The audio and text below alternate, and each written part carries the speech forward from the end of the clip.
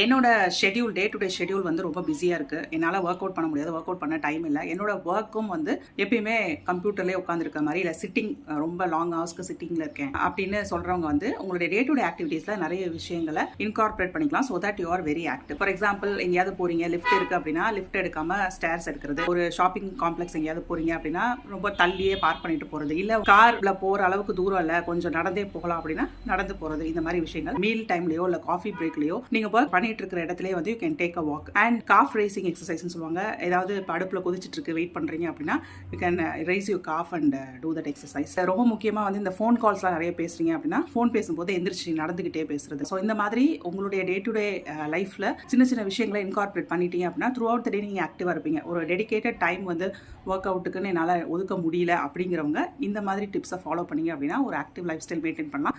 உங்கள் வெயிட் மெயின்டெனன்ஸ்க்கும் உங்கள் ஹெல்த்துக்கும் இது ரொம்ப ரொம்ப நல்லது. ட்ரை பண்ணி பாருங்கள்.